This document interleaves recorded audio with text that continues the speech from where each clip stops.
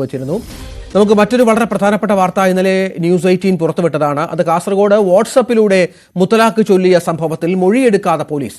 കഴിഞ്ഞ മാസം 27-നാണ് യുവതി ഹോസ്ദുർഗ് പോലീസിൽ പരാതി നൽകിയത്.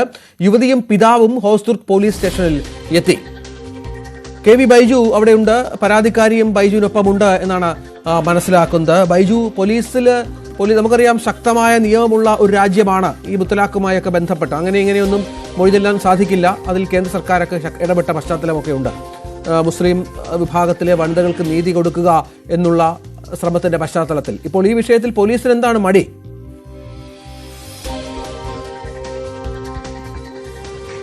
രഞ്ജിത്തെ, ഞാനിപ്പോൾ ഉള്ളത് ഹോസ്ദുർഗ് പോലീസ് സ്റ്റേഷനിലാണ്. എനിക്കൊപ്പം ആ കുടുംബം അവർ കൂടി ചേരുന്നുണ്ട്. പെൺകുട്ടിയുമുണ്ട്, അവരുടെ പിതാവുമുണ്ട്.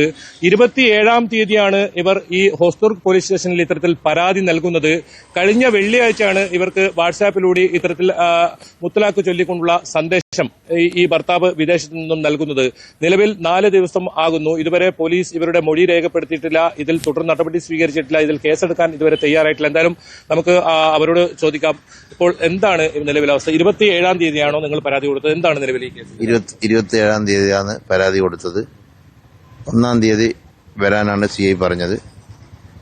ഇന്നലെ വിളിച്ചിട്ട് പറഞ്ഞ് എനിക്ക് പനിയാണ്, എനിക്ക് പനിയായതുകൊണ്ട് ഇന്ന് ഞായറാഴ്ച പോകാൻ പറഞ്ഞിട്ട് അതുകൊണ്ടാണ് ഇന്ന് വന്നത്.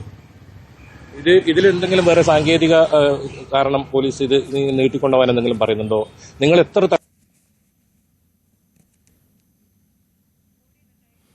ചെറിയ സാങ്കേതിക പ്രശ്നമുണ്ട് ബൈജു. ബൈജുവിന്റെ ഓഡിയോ നീണ്ടു പോകാനുള്ള കാരണം എന്താണ് ഇവർ പറയുന്നത്? അറിയില്ല സർ.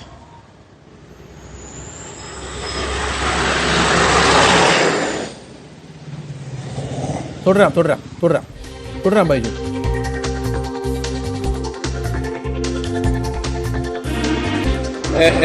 എന്താണ് പോലീസ് ഇപ്പോൾ എന്താണ് നിങ്ങളോട് പറയുന്നത്? ഇപ്പോ എത്ര ദിവസമായി ഈ പോലീസ് സ്റ്റേഷനിൽ നിങ്ങൾ ഇങ്ങനെ കയറി ഇറങ്ങാൻ തുടങ്ങി? 4 ദിവസമായി കയറി ഇറങ്ങുന്നത്. 1-ാം തീയതി 4 ദിവസം മുന്നേ 1-ാം തീയതി CI സാർ പറഞ്ഞ് 1-ാം തീയതി വാന്ന്. അങ്ങനെ ഇന്നലെ ഞാൻ CI സാറിനെ വിളിച്ചിട്ടാകുമ്പോൾ CI സാർ പറഞ്ഞ് എനിക്ക് പനിയാണ്, നാളെ വാന്ന് പറഞ്ഞ് അങ്ങനെ അവർ ഉരുട്ടിക്കൊണ്ടു. ഇന്ന് അതുകൊണ്ടാണ് ഞങ്ങൾ ഇന്ന് ഇവിടത്തേക്ക് വന്നത്. ഇപ്പൊ നമ്മളെ കയ്യിൽ ഒരുപാട് രേഖകളുണ്ട്. ഈ മുത്തലാഖ് ചൊല്ലിയ ആ ഓഡിയോ സന്ദേശമുണ്ട്. അതുകൂടാതെ ബാങ്ക് വഴി നിങ്ങൾ പണം നൽകിയെന്ന് പറയുന്ന അതൊക്കെ നിങ്ങൾ പോലീസിന് നൽകിയോ? നിങ്ങളുടെ മൊഴി ഏതെങ്കിലും തരത്തിൽ ഈ കാര്യത്തിൽ പരാതി നൽകിയതിനു ശേഷം പോലീസ് സ്റ്റേഷനിൽ ബന്ധപ്പെട്ട് മൊഴി എടുക്കാനുള്ള സമയം നിങ്ങൾ അറിയിച്ചിട്ടുണ്ടോ? ഇല്ല, അറിയിച്ചിട്ടില്ല. ഈ രേഖകൾ എന്തെങ്കിലും കൈമാറിയിട്ടുണ്ടോ? എല്ലാ രേഖ വരെയും തന്നെ ഇല്ല, എല്ലാം കൊടുത്തിട്ടുണ്ട്. പരാതി ഇതെല്ലാം അവരുടെ കയ്യിലാണുള്ളത്. മറ്റൊരു കാര്യം അറിയുന്നത്, ഈ ഗാർഹിക പീഡനവുമായി ബന്ധപ്പെട്ട് നിങ്ങൾ കോടതിയെ സമീപിച്ചതാണ്. ആ കാര്യത്തിൽ ഇപ്പോൾ ഏത് രീതിയിലാണ് ഇപ്പോൾ നിയമ പോരാട്ടം തുടരുന്നത്? ഇന്നലെയാണ് കോടതിയിൽ ഗാർഹിക പീഡന കേസ് കൊടുത്തത്.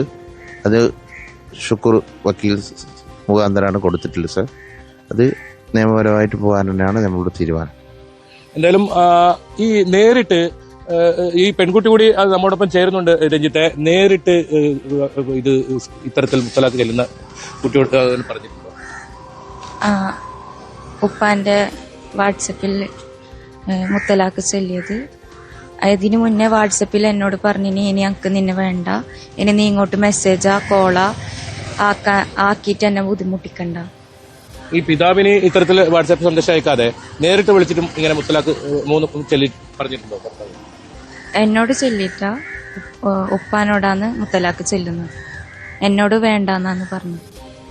അതിനുശേഷം വിളിക്കാൻ ശ്രമിക്കുകയോ ബന്ധപ്പെടാൻ ശ്രമിക്കുകയോ എന്തെങ്കിലും ചെയ്തിട്ടുണ്ടോ? ഇങ്ങോട്ട് ബന്ധപ്പെടാൻ ശ്രമിച്ചിട്ടുണ്ടോ? ഇപ്പൊ കേസുമായി പോകുന്നു പറയുന്ന സമയത്ത് ഏതെങ്കിലും തരത്തിൽ ഇവരുടെ ഇടപെടൽ ബന്ധപ്പെടാൻ ശ്രമിച്ചിട്ടുണ്ടോ? ഇല്ല, ഇങ്ങോട്ടേക്ക് മെസ്സേജോ ഒന്നും കോളോ ഒന്നും ആക്കിയിട്ട എന്നെ ബ്ലോക്ക് ആക്കിയിട്ടില്ല. ഇപ്പോൾ ഇത്രയും ദിവസമായിരിക്കുന്നു. എന്താണ് ഇതിനെ കുറിച്ച് ഇപ്പൊ പറയാനുള്ളത്? അതായത് ഈ 27-ാം തീയതി ഇവിടെ ഹോസ്ദുർഗ് പോലീസ് സ്റ്റേഷനിൽ പരാതി നൽകുന്നു. ഇതുവരെ കേസെടുത്തിട്ടില്ല. എന്താണ് അതിനെ കുറിച്ച് പറയാനുള്ളത്? കേസെടുക്കുമെന്ന് വിചാരിക്കുന്ന CI വരാൻ പറഞ്ഞിനി നീതി കിട്ടുമെന്ന് പ്രതീക്ഷിക്കുന്നു. അതായത് ഇത് നീതി കിട്ടുന്നവരെ തന്നെ ഇത് പോരാട്ടം തുടരും. രഞ്ജിത്ത്, ഏതായാലും അവരിപ്പോൾ പോലീസ് സ്റ്റേഷനിലുള്ളത്. ഏതായാലും നമുക്ക് അവർക്കൊപ്പം തന്നെ പോലീസ് സ്റ്റേഷനിലേക്ക് നീങ്ങാമെന്ന് തോന്നുന്നു. ആ തത്സമയ ദൃശ്യങ്ങൾ തന്നെ നമുക്ക് കാണാം. ഇപ്പോൾ അവർ കാഞ്ഞങ്ങാട് പോലീസ് സ്റ്റേഷനിലേക്ക് ഈ സംഭവവുമായി ബന്ധപ്പെട്ട് ആദ്യമായി അവർ ഇപ്പോൾ മൊഴി നൽകാൻ പോവുകയാണ്. 4 ദിവസമായിരിക്കുന്നു ഈ സംഭവത്തിൽ പരാതി നൽകിയിട്ട്. ബൈജു, ശ്രീ അഡ്വക്കേറ്റ് ഷുക്കൂർ ടെലിഫോൺ ലൈനുണ്ട്. ഷുക്കൂർ, താങ്കളാണ് ഈ വിഷയത്തിൽ ഇടപെട്ടതും ഇവർക്കുള്ള കുടുംബത്തിനുള്ള ധൈര്യം പകർന്നു നൽകിയതുമൊക്കെ. പക്ഷേ പോലീസ് മൊഴിയെടുക്കാൻ തയ്യാറാകുന്നില്ല, കേസെടുക്കുന്നില്ല എന്നാണ് ഈ കുടുംബത്തിന്റെ പരാതി. എന്തുകൊണ്ടാണ് അങ്ങനെ? അല്ല, അത് പുതിയ BNSS പ്രകാരം ഒരു പരാതി കിട്ടിക്കഴിഞ്ഞാൽ കോഗ്നിസബിൾ ഒഫൻസ് ആണെങ്കിൽ പോലും പോലീസ് പ്രാഥമിക അന്വേഷണം നടത്താനുള്ള ഒരു അധികാരം പോലീസിനുണ്ട്. അതുകൊണ്ട് ആ പ്രാഥമിക അന്വേഷണം നടത്തിയിട്ട് കേസ് രജിസ്റ്റർ ചെയ്യുന്നതാണ് ഞാൻ വിചാരിക്കുന്നത്. ഈ സംഭവത്തിന്റെ ഒരു പശ്ചാത്തലം ഈ പറഞ്ഞതുപോലെ നമുക്കറിയാം, ഈ മുത്തലാഖിനെതിരെയൊക്കെ നിയമം ഉള്ള രാജ്യമാണ്. അത് ആ തരത്തിൽ ഈ ആൾക്ക് ശിക്ഷ ലഭിക്കാവുന്ന സാഹചര്യം ഉണ്ടല്ലോ അല്ലേ? തീർച്ചയായും. ആ പെൺകുട്ടിയുടെ അച്ഛന്റെ ഫോണിലേക്കാണ് 22 സെക്കൻഡുള്ള ദൈർഘ്യമുള്ള ഒരു വോയിസ് മെസ്സേജ് അയാൾ അയക്കുന്നത്. ആ വോയിസ് മെസ്സേജിൽ കൃത്യമായി ഈ ആ പെൺകുട്ടിയെ 3 തലാഖ് ഒന്നിച്ച് ചൊല്ലി ബന്ധം വേർപ്പെടുത്തി അയാൾ പറയുന്നുണ്ട്. ഇതിന്റെ ഒരു വിഷയം എന്ന് പറയുന്നത് മുസ്ലിം വിവാഹം, ഈ പെൺകുട്ടിയുടെ അച്ഛനും വരനും തമ്മിലാണ് മുസ്ലിം വിവാഹം നടക്കുന്നത്. മുസ്ലിം കരാർ വിവാഹം എന്ന് പറയുന്ന ഒരു കരാറാണ്, കോൺട്രാക്ട് ആണ്. അത് പെൺകുട്ടിയുടെ അച്ഛനും ഇയാളുമായിട്ടാണ് ആ കോൺട്രാക്ട്. അതിനെ വലിയ എന്നാ പറയാ മുസ്ലിം പേഴ്സണൽ ലോയിൽ. വലിയ എന്ന് പറയുന്ന ആള് ഈ കുട്ടിയുടെ ഉപ്പയാണ്. ആ ഉപ്പ അയാളുമായിട്ടാണ് ആ കരാർ നേരിട്ട് ചെയ്യുന്നത്. എന്റെ മകളെ നിങ്ങൾക്ക് വിവാഹം ചെയ്തു തന്നു ഞാൻ സ്വീകരിച്ചു എന്നും പറയുന്നതാണ് മുസ്ലിം വിവാഹം. അപ്പൊ അത് തീർച്ചയായും ആ പെൺകുട്ടിയുടെ അച്ഛനാണ് അയാൾ വോയിസ് അയച്ചിരിക്കുന്നത്. നിങ്ങളുടെ മകളെ ഞാൻ 3 തലാഖും ചൊല്ലി ബന്ധം വേർപെടുത്തിയിരിക്കുന്നത് മകൾക്കാണ് മെസ്സേജ് അയച്ചിരിക്കുന്നത്, അച്ഛനാണ് മെസ്സേജ് അയച്ചിരിക്കുന്നത്. അത് 2019 മുസ്ലിം സ്ത്രീ വിവാഹ സംരക്ഷണ നിയമം അനുസരിച്ച് അതിന്റെ വകുപ്പ് 3 അനുസരിച്ചിട്ട് കുറ്റകൃത്യമാണ്. 3 വർഷം വരെ ജയിൽ ശിക്ഷ ലഭിക്കാവുന്ന, പിഴ ഈടാക്കാവുന്ന കുറ്റകൃത്യമാണ് അയാൾ ചെയ്തിരിക്കുന്നത്. തീർച്ചയായും പോലീസ് കേസെടുക്കേണ്ടതാണ്. അതൊരു കോഗ്നിസബിൾ ഓഫൻസ് ആണ്. ഇത് മാത്രമല്ല, ആ പരാതിയിൽ വളരെ പ്രധാനപ്പെട്ട ഈ മുത്തലാഖ് മാറ്റിയാൽ പോലും ആ പരാതിയിൽ സ്ത്രീധനത്തിന്റെ പേരിൽ, പണത്തിന്റെയും സ്വർണത്തിന്റെയും പേരിൽ ആ കുട്ടിയെ മൃഗീയമായി പീഡിപ്പിച്ചിട്ടുണ്ട്. ആ കുട്ടിയെ ഹോസ്പിറ്റലൈസ് ചെയ്യുന്ന സാഹചര്യം ഉണ്ടായിട്ടുണ്ട്. ആ കുട്ടിയുടെ പണം അയാളുടെ അക്കൗണ്ടിലേക്ക് അയപ്പിക്കുകയും അതിന് രേഖയുണ്ടായിട്ടുണ്ട്. സാധാരണഗതിയിൽ പണം വാങ്ങുന്നതിന് സ്വർണം വാങ്ങുന്നതിന് രേഖകൾ ഉണ്ടാവാറില്ല. ഇത് കൃത്യമായ ഡോക്യുമെന്റ് ഉണ്ട്. എന്നിട്ട് പിന്നെ പോലീസ് കേസെടുക്കുന്നില്ല എന്ന് പറയുന്നത് പോലീസ് അതിനെ കുറിച്ച് ധാരണയില്ലാത്തതുകൊണ്ടാണ്. തീർച്ചയായും പോലീസ് കേസെടുക്കുമെന്നാണ് ഞാൻ വിചാരിക്കുന്നത്. ഈ മുത്തലാഖ് ഒഴിവാക്കിയാൽ പോലും അതിൽ BNS 85 പ്രകാരമുള്ള കേസ്, നിയമപരമായ ശിക്ഷ അറിയിക്കുന്ന കുറ്റം, അതും സ്ത്രീധന പീഡനം നിലനിൽക്കുന്നൊരു ക്രൂവൽറ്റി എന്ന് പറയുന്നത് 85, 86 അത് പറയുന്നുണ്ട് BNSൽ. കൃത്യമായും ആ നിയമപ്രകാരം കേസെടുക്കാൻ പോലീസ് ബാധ്യസ്ഥരാണ്. കേസെടുക്കുമെന്ന് തന്നെയാണ് എന്റെ പ്രതീക്ഷ. അത് ഇന്ന് സംഭവിക്കുന്ന പ്രതീക്ഷിക്കാം. ഈ പോലീസ് അങ്ങനെ നടപടി സ്വീകരിച്ചില്ലെങ്കിൽ പിന്നെയുള്ള മാർഗം എന്താണ്? പോലീസ് നടപടി സ്വീകരിച്ചില്ലെങ്കിൽ സ്വാഭാവികമായിട്ടും പോലീസിലെ ജില്ലാ പോലീസ് മേധാവിക്ക് അവർ പരാതി നൽകും. അവരും അനുകൂലമായ നിലപാട് സ്വീകരിക്കുന്നില്ലെങ്കിൽ മജിസ്ട്രേറ്റ് കോടതി വഴി കേസ് രജിസ്റ്റർ ചെയ്യാനുള്ള സംവിധാനമുണ്ട്. ശരി, നന്ദി. അഡ്വക്കേറ്റ് സി ഷുക്കൂറാണ് ഈ വിഷയത്തിൽ പ്രതികരിച്ചത്. നമ്മൾ ദൃശ്യങ്ങൾ കാണുന്ന പോലെ ആ പെൺകുട്ടിയും പിതാവും ഉള്ളത് പോലീസ് സ്റ്റേഷനിലാണ്. അവിടെ അവർ പരാതി നൽകാനായി എത്തിയതാണ്. ഇപ്പോൾ അവരുടെ പരാതി ഒരുപക്ഷെ മൊഴിയടക്കം ഇന്ന്, പരാതി നേരത്തെ നൽകിയിരുന്നു, മൊഴിയടക്കം ഇന്ന് രേഖപ്പെടുത്തും എന്നുള്ളതാണ്. പോലീസ് നേരത്തെ സി ഷുക്കൂർ അഡ്വക്കേറ്റ് പറഞ്ഞതുപോലെ പോലീസിന് ഇതിനെക്കുറിച്ചുള്ള ധാരണയില്ലാത്തതാണോ അതോ മനഃപൂർവ്വം വൈകിക്കുന്നതാണോ എന്ന കാര്യത്തിലൊരു വ്യക്തതയില്ല. എന്താണ് മനസ്സിലാക്കേണ്ടത് ബൈജു? പോലീസ് ഉദ്യോഗസ്ഥരുമായി സംസാരിക്കാൻ കഴിഞ്ഞിരുന്നോ?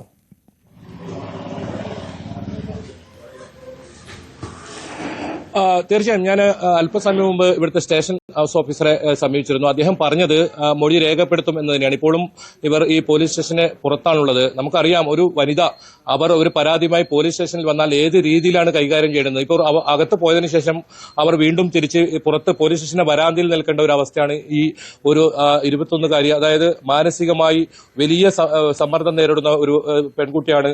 കഴിഞ്ഞ ഒരാഴ്ചയായി ആശുപത്രിയിലായിരുന്നു. ഇന്നലെയാണ് ഇവരെ ഡിസ്ചാർജ് ചെയ്യുന്ന ഒരു സാഹചര്യം ഉണ്ടായിരുന്നു. ആ ഒരു വനിതക്കാണ് ഇപ്പോൾ ഇത്തരത്തിലുള്ള ഒരു അവസ്ഥ. അവരിപ്പോൾ പോലീസ് സ്റ്റേഷന്റെ പുറത്ത് കാത്തു നിൽക്കുന്ന ഒരു സാഹചര്യമുണ്ട്. നമുക്കറിയാം, ഇത്തരം കേസുകളിൽ വീട്ടിൽ പോയി അവരുടെ മൊഴി രേഖപ്പെടുത്തുന്ന അത്രത്തോളം ഗൗരവമുള്ള വലിയ കൊടിയ പീഡനം അനുഭവപ്പെട്ട ഒരു പെൺകുട്ടിയാണ്. അവർക്കാണിപ്പോൾ ഇത്തരത്തിലുള്ള ഒരു ദുരവസ്ഥ. എന്നാൽ എന്താണ് ഇപ്പോൾ നിങ്ങളോട് പറഞ്ഞത്? ഇപ്പം CI ഓഫീസ് അതിന്റെ ഉള്ളിൽ ആളുണ്ട്, റൂമിൽ ആളുണ്ട്. കുറച്ച് കഴിഞ്ഞിട്ട് ഇങ്ങോട്ട് പോകാം. രഞ്ജിത്ത്, അതാണ് സാഹചര്യം. ഇതുവരെ അവർക്ക് ഇതിന്റെ നിയമ നടപടിയുടെ ആദ്യഘട്ടം പോലും ഇവർക്ക് നടത്താൻ കഴിഞ്ഞിട്ടില്ല. ഇപ്പോൾ 4 ദിവസമായിരിക്കുന്നു ഈ സംഭവം നടന്നിട്ട്. ജില്ലാ പോലീസ് മേധാവിയുമായി നമ്മൾ ബന്ധപ്പെട്ടിരുന്നു. ഈ വിഷയത്തിൽ കേസെടുക്കുമെന്ന് തന്നെയാണ് അവർ പറയുന്നത്. ഇത് 2 കേസുകൾ മാത്രം, ഇത് 2ാമത്തെ കേസാണ്. സംസ്ഥാനത്ത് നേരത്തെ ഒരു കേസ് മുത്തലാഖിന്റെ പേരിൽ രജിസ്റ്റർ ചെയ്തിട്ടുണ്ട്. കാസർഗോഡ് ജില്ലയിലെ ആദ്യത്തെ കേസ് കൂടിയാണ്. കൃത്യമായ തെളിവുകളുണ്ട്. പണം കൈപ്പറ്റിയതിന്റെ തെളിവുകൾ, 12 ലക്ഷത്തോളം രൂപ കൈപ്പറ്റിയതിന്റെ തെളിവുകൾ, ഇതൊക്കെ ഇവരുടെ കയ്യിലുണ്ട്. അതൊക്കെ ഈ പോലീസ് സ്റ്റേഷനിൽ നൽകിയിട്ടുണ്ട്. എന്തായാലും ഈ സംഭവം നടന്നിട്ട് 2 ആഴ്ചയായിരിക്കുന്നു. പരാതി നൽകിയിട്ട് 4 ദിവസമായിരിക്കുന്നു. ഇതുവരെ ഇവർക്ക് നീതി ലഭിച്ചിട്ടില്ല എന്ന് തന്നെ പറയേണ്ടി വരും. രഞ്ജിത്ത്, അതാണ് സാഹചര്യം. ഏതായാലും ഇപ്പോൾ ഇവർ പോലീസ് സ്റ്റേഷനിലുണ്ട്. CIയെ കാണാനായി എത്തിയിരിക്കുകയാണ്. കഴിഞ്ഞ ദിവസമാണ് ഈ വാർത്ത ന്യൂസ് 18 ബൈജു കാസർഗോഡ് നിന്ന് പുറത്തു കൊണ്ടുവന്നത്. അവർക്ക് ഈ പറഞ്ഞതുപോലെ തലാക്ക് ചൊല്ലി 3 തവണ വാട്സപ്പിൽ കൂടി തലാക്ക് ചൊല്ലുന്നു എന്ന ഭർത്താവിൻ്റെ വാട്സപ്പ് സന്ദേശം ലഭിക്കുകയായിരുന്നു.